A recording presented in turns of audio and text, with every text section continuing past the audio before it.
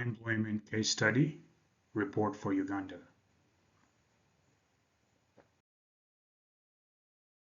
Historical context.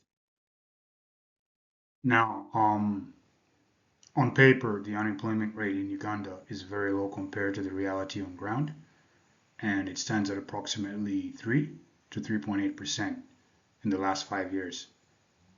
During the period between 2020 to 2022, the unemployment really peaked at a much higher rate, close to about 4%, because of the, I think we remember the global COVID-19 pandemic that had businesses and services shut down. So this is what caused a peak in unemployment. And I'm going to show this in the graph in the next slide.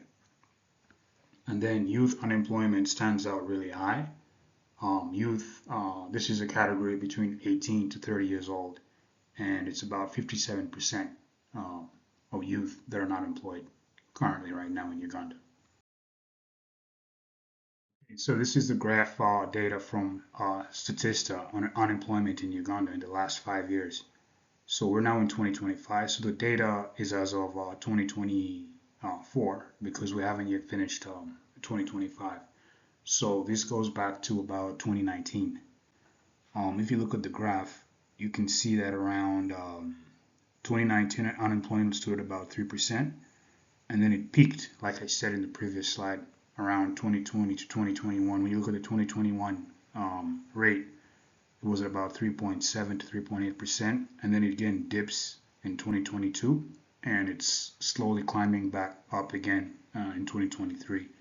So this graph here just tries to show some of these unexpected occurrences in unemployment. And then of course the 2008 financial crisis, that's going again like about 20 years back.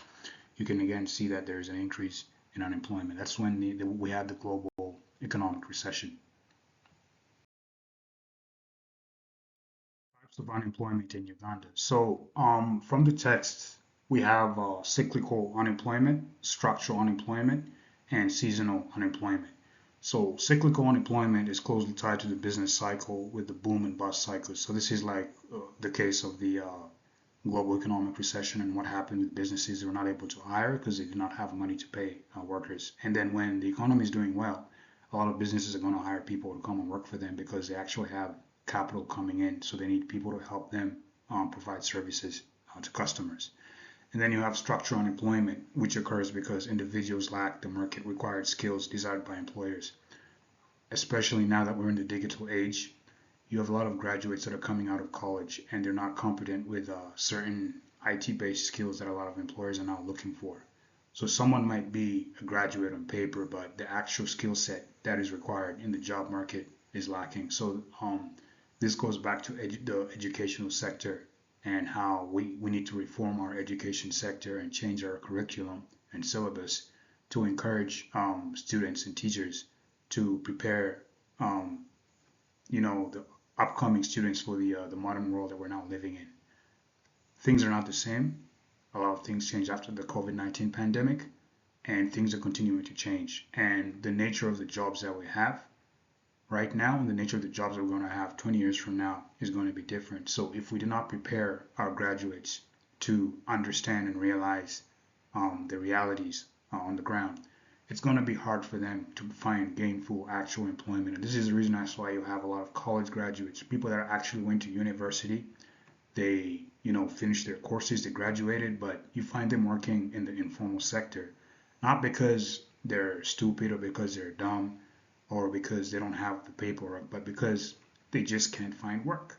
It's hard to find work, and it's really discouraging a lot of young people from going to achieve a higher education because they're like, why would I spend 3 to 4 years in university and pay over close to $10,000? Now that's for the Ugandan rates, and then you graduate and you can't find anything to do. So that's where the disparity comes from. And then you have seasonal unemployment, which is caused by changes in season, and usually it's associated with agriculture. So you have people that work in the agriculture sector. During times of the rains, you have people are employed, but when the rainy season stops, it's like there's no work. Causes of unemployment in Uganda. So I gave some six reasons over here. Increased population, and then when you have a lot of people seeking for jobs, yeah, you're gonna have a lot of competition, and with a lot of competition, it's gonna get stiff. And this is the reason a lot of people just either lose hope or just drop out of the job search, game. And then skills mismatch.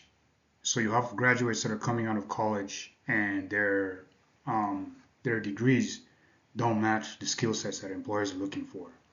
And then automation and artificial intelligence, what we call AI, is making it so that employers and business owners and service providers don't have to actually employ people, or they can reduce the number of people that are employed because AI and automation makes repetitive tasks much easier to deal with. And when you have automation, let's say like on a factory plant, when you have an automated packing machine, you don't need someone to pack things for you. So the machine takes on the role of the person.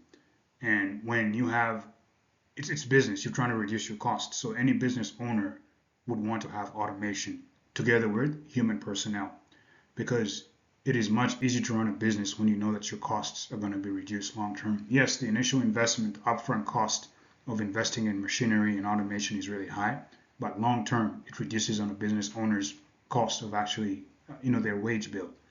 So now a lot of businesses right now are employing this kind of strategy. Like for example, myself, um, I don't hire someone to come and keep security for me. I deployed my CCTV cameras and it's connected to my router, and I'm able to remotely monitor security anywhere I am in the world. I can know what's going on at home. I can know if anyone's coming in my house. I can know who's passing by my house. I don't need to employ someone to come and sit here at home and keep security for me physically. It's not that if I could afford it, I would do it, but since I can't afford it, I would rather invest the money in buying myself an automated security system because the cost of paying someone on a monthly basis to come and keep security for you, like you're going to have to cater for their meals, you're going to have to cater for their health care, you're going to have to cater for their transportation. And if you're paying someone on a monthly basis, let's say about $100 to $200 a month to keep security for you compared to buying your own cameras and paying for your data and paying for the connection, it's probably going to cost you about $1,000 upfront cost. But after 2 to 3 years, that $1,000 that you invested in your security system, you're going to have savings after about 4 years compared to paying a physical person to come and keep security in your home. I mean, okay, if you're running a business with a lot of, inputs, and yeah, it would make sense to also have physical human security guards on premise because sometimes technology can let us down. But if you're running a small business, you don't have to employ an actual security guard to come and keep security at your business when you can employ a CCTV camera that you can remotely monitor. So this reduces on the cost of doing business. But at the same time, it affects the people. Let's say you have a security company and you have people that are applying to keep security, but they can't get contracts because a lot of people are now taking security in their own hands. If I have a drone, let's say for like the police now, and I want to do citywide or municipal surveillance, I don't have to send units out with cars and then I have to fuel the cars and then I have to pay the officers. I can fly two drones simultaneously. I'm in Soroti, district called Soroti. So if I'm working the Soroti Municipal Police Department, I don't have to send out officers to do a patrol at night because it might get them in danger. And then the police department has to pay, for any damage or danger that has been caused to the human personnel. When I can just fly like 2 to 3 drones that are remotely manned at a central station, and I can be able to know exactly what's going on the ground, you know? So automation is really affecting a lot of people in the job sector, and we need to address this. And this goes back to the skills mismatch. If our graduates are not being prepared for the job market of the future, it's going to cause a problem where parents and even students themselves are going to be investing in an education that's not going to do anything for them. And then the other thing is corruption, nepotism, and discrimination. There's a lot of issues with getting jobs because of maybe corrupt practices. Someone pays to get a job, or maybe someone's relative or someone's parent or someone's sibling is in a certain institution or a certain government agency, and they're only recruiting people from their area. It happens a lot in Uganda. Things are starting to change. People are starting to realize that everybody has something to offer, But the reason as to why we have a lot of nepotism in this country is because there's a lot of tribal based alliances. So someone feels like because I'm this tribe and I have the power, I'm gonna bring in my own people to surround me so I can also have my job security. So that's kind of like what goes on. It's a culturally embedded thing. But I think with time, over time, as people as things get, I think things change. Nepotism and discrimination might reduce a little bit, but corruption has to be addressed. And then with seasonal unemployment, especially for rural-based agriculture employees who can only work when the planting season coincides with the rainy season, you find that during the dry season they don't have work, and this is also another cause of unemployment. And then the informal sector is very unpredictable. Most jobs in the informal sector lack contracts and job security. So if you're working a job in the informal sector, like let's say you're working as a nanny or a house help, or maybe you're doing some kind of ledger odd job, yeah, you're going to be making something, but you're not going to make as much money as someone in the formal sector who's actually paying taxes, has a bank account, and is actually getting money into their account, let's say on a monthly basis, and it's all documented compared to someone that's in the informal sector. Like anytime you can lose your job. But when you get a job in the formal sector, you get a written contract, duration of the job contract, and possibility for extending the contract. Compared to someone in the formal sector who is not sure whether something might happen tomorrow and they might not have employment. Impacts of unemployment. Social, um, increased poverty and low standards of living, which cause problems in communities related with low living standards and dependency. When it comes to the economic, you have reduced revenue collections, and this causes our GDP figures to go lower. When people don't have jobs, it is hard to get the economy moving when there is no money to spend on goods and services.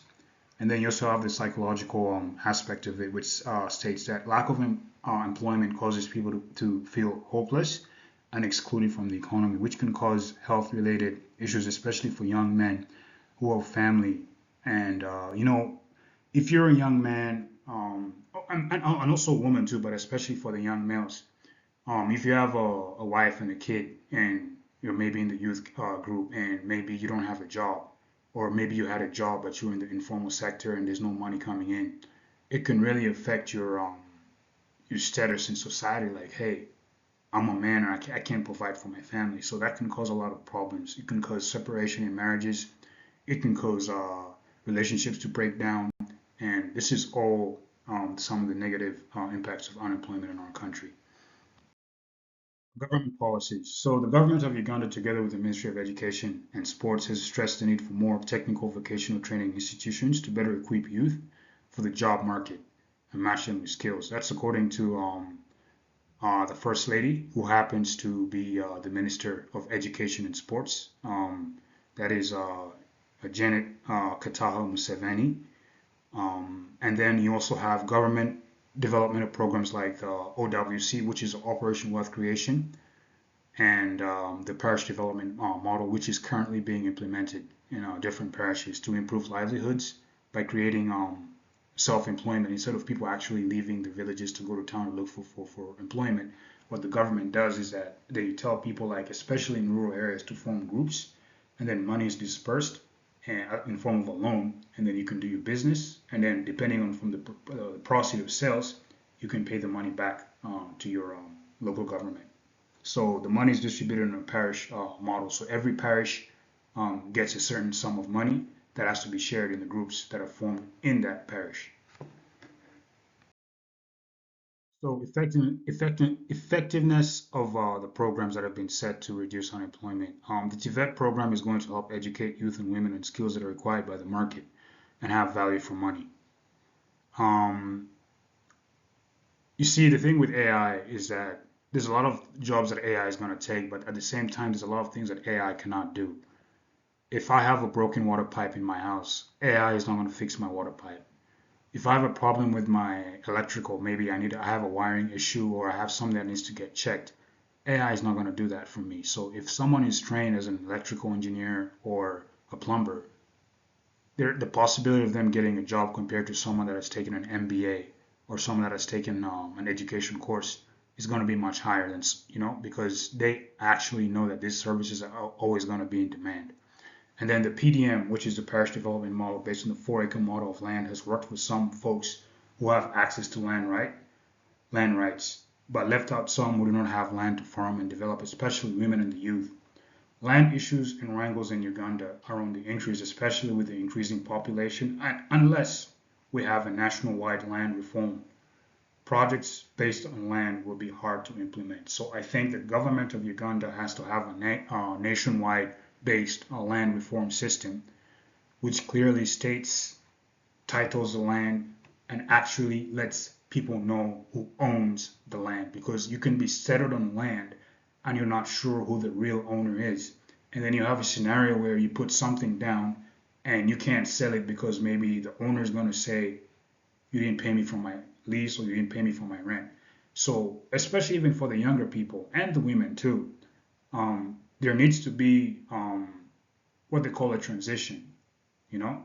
So if you have someone that is maybe in youth age and he's, coming up, I mean, they have to be given the right to use the land, the right to own actual ownership of land. Like, I need the title, I need the document, I need to see the paper. You don't just tell me, go cultivate over there, go cultivate over there. I need to know that where I'm cultivating is actually titled, is actually documented, and I know that when I put my project down, I'm not going to have problems with the surrounding community on land-based issues. The issue of land in Uganda needs to be addressed. It's a very, very critical issue. Land is the number one factor of production.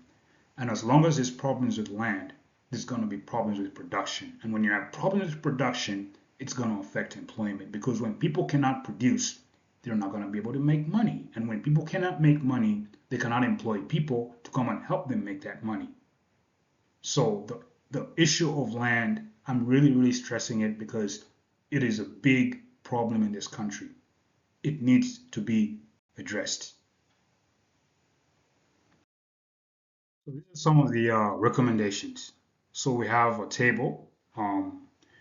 The first row is a policy, then we have strategy slash the duration of the policy, and then the benefits of the policy, and then the drawbacks of the policy. So for the first policy, we have digital and remote work training, which is medium to long term, and this helps to future-proof the workforce against threats like pandemics, what we call COVID proofing, where in case there's going to be another like global pandemic, when you have a workforce that is well trained and versed in IT, work does not have to stop. I mean, work can continue. Education does not have to stop when you have students that know how to use computers, that have access to internet. Education can continue. I mean, you can work remotely and you can study remotely. Now, the drawback to the digital and remote working and training is that there is low internet uptake related to cost of data and actual digital tools. So this is something that the government has to address. Right now, Starlink by Elon Musk is trying to get permission to operate in Uganda, but there's a lot of regulatory frameworks, especially from the current telecommunications operators, trying to make it hard. Okay, it's from a business perspective because they are the ones that set up their infrastructure, so they feel like maybe if Starlink hits the market, they're going to lose their market share. So I think, in my perspective, I think that if Starlink had a market share in Uganda, the issue of data and data related costs might actually start to go down much sooner. And then you have PPP, public-private partnerships. This is going to be long-term. So the PPPs includes the private sector and donors who have access to capital that can steer private sector employment. Now the drawback to the PPP is that there's a need for accountability and governance standards. The next policy you have is the rural and agricultural employment schemes, which falls into the Operation Wealth Creation and Parish Development model.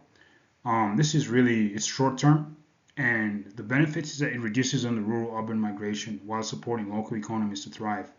When you have a lot of folks leaving the village and rural areas going to urban areas looking for work, it's going to cause a problem in both the rural areas and also in the urban areas. You're going to have a population sprawl in the urban areas, and this is how ghettos and slums start to form. Because when someone leaves the village and goes into the city, they're not going to be able to afford the cost of rent and the cost of certain amenities. So they're going to end up forming ghettos and urban slums.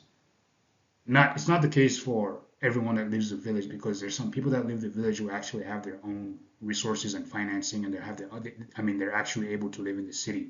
But most folks that live the rural areas are leaving the rural areas because they can't find work. So you find them in the cities, and the places that you find them in the cities are not good places to live in. So that has to be addressed.